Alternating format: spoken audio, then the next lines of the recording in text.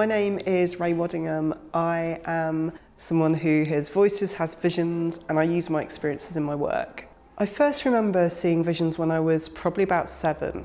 I was looking into a mirror and saw this monster stare back at me where my reflection should have been.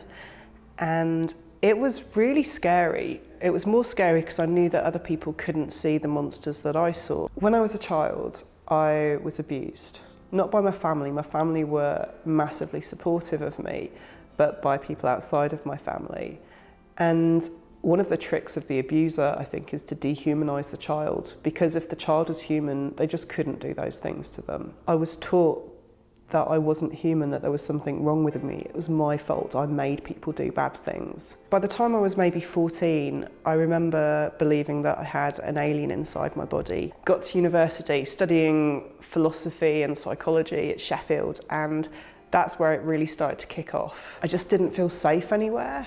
It felt like there was cameras on the wall watching me, and I started to hear men describing what I was doing and being really mean about me, saying, you know, Rachel is stupid, she's ugly, she should kill herself, what's she doing here? How do you talk to your friends about these things? How do you talk to your parents? So I kept it secret. So most of my early 20s, I was in hospital. The first thing they did is put me on antipsychotic medication. I got ocular crisis, so my eyes rolled back in my head, I got diabetes, I got really sedated. I had akathisia, which is this weird, horrible thing that's a bit like torture because you're going from foot to foot. I'd started to become aware of how the medication suppressed my emotions. I felt a little bit numb, and I remember sitting next to my husband on the sofa, just feeling like I was a mile away from him. I didn't want to continue in that kind of bubble anymore. I wanted my emotions back. I started to realise that I wanted to be off the meds. I withdrew really slowly, very carefully, with the support of my husband and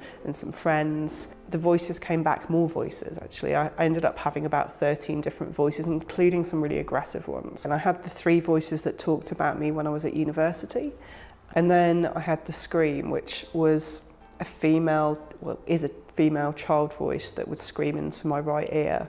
Having a child screaming at you, it just made my body tense, and for a few days I felt like I couldn't leave the house because I was full of anxiety. I think the word schizophrenia strikes fear into people's hearts. You've got the kind of image of the Mad Axe murderer, you know, the person hearing voices who then goes on to kill, you know, the Psycho, those kind of movies. You don't have the plumber with a diagnosis of schizophrenia. You don't have the person sitting next to you on the tube. There's something in the word schizophrenia that suggests this is an illness, a mental illness. I think that induces stigma all of its own. When I met my husband, I do remember some conversations with his friends where they were really suspicious and worried about the idea of him getting together with me. It was like the label of schizophrenia became this weight around my neck. Things are a world apart from where they were.